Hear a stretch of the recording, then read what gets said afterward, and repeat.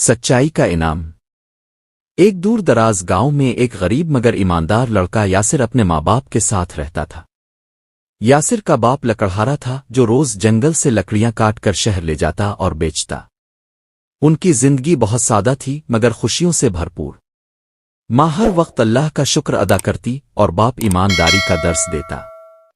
یاسر کے دل میں ہمیشہ ایک خواہش رہتی کہ وہ بڑا ہو کر کچھ عظیم کام کرے، مگر وہ نہیں جانتا تھا کہ عظمت کا راستہ شہرت دولت سے نہیں بلکہ سچائی، صبر اور قربانی سے ہو کر جاتا ہے۔ ایک دن گاؤں کے قریب پرانی حویلی کی کھدائی کے دوران مزدوروں کو ایک خزانے کا صندوق ملا۔ اس میں سونے چاندی کے سکے، قیمتی زیورات اور ایک پرانی کتاب تھی۔ یہ خبر جنگل کی آگ کی طرح پھیل گئی۔ گاؤں کا ہر شخص لالچ میں آ گیا۔ کچھ نے صندوق پر حق جتانے کی کوشش کی، کچھ نے اسے چھپانے کے منصوبے بنائے۔ یاسر کا باپ بھی وہاں پہنچا مگر اس نے کہا، یہ خزانہ ہمارا نہیں، نہ اسے چھپانا جائز ہے، اسے حکومت کے حوالے کرنا چاہیے۔ لوگوں نے اس کی بات پر ہنسی اڑائی۔ یاسر نے کہا، ابا ٹھیک کہتے ہیں، جو ہمارا نہیں وہ ہمیں نہیں لینا چاہیے۔ مگر چند افراد نے یاسر کے باپ کو دھمکایا اور کہا، اگر تم نے زبان کھولی تو انجام برا ہوگا۔ اس رات کچھ لوگوں نے یاسر کے گھر پر حملہ کیا۔ ان کا مقصد صرف ڈرانا تھا مگر یاسر کا باپ زخمی ہو گیا۔ یاسر نے گاؤں کے نمبردار کے پاس جا کر فریاد کی مگر وہ بھی لالچ میں آ چکا تھا۔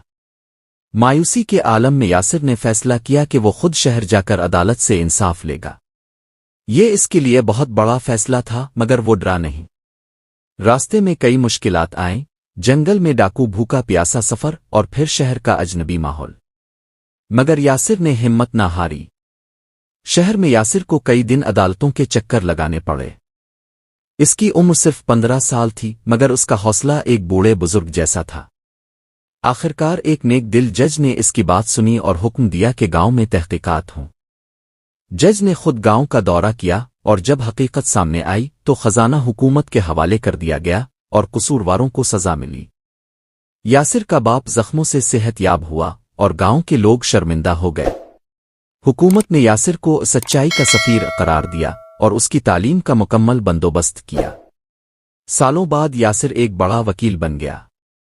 اس کے پاس دولت، شہرت اور اثر و رسوخ سب کچھ تھا، مگر وہ اب بھی وہی سادہ دل انسان تھا جو کبھی گاؤں کی مٹی میں کھیلتا تھا۔ ایک دن اسے ایک بہت بڑی کمپنی نے رشوت کی پیشکش کی، ایک مقدمے میں جھوٹ بولنے کے بدلے۔ یاسر نے نہ صرف انکار کیا بلکہ عدالت میں اس کمپنی کے خلاف ثبوت بھی پیش کیے۔ لوگوں نے اسے کہا، اتنی دولت، اتنا مقام کیوں ٹھکرا دیا؟ یاسر نے مسکرا کر کہا، جس دن میں نے سچائی چھوڑ دی اس دن سب کچھ کھو دوں گا۔ یاسر ہر سال اپنے گاؤں آتا، گاؤں کے بچوں کو تعلیم دیتا، ان کے ساتھ بیٹھ کر کھاتا پیتا۔ اس نے گاؤں میں ایک اسکول، ایک چھوٹا ہسپتال اور ایک لائبریری بنوائی۔ اب گاؤں والے اسے یاسر بابا کہتے تھے۔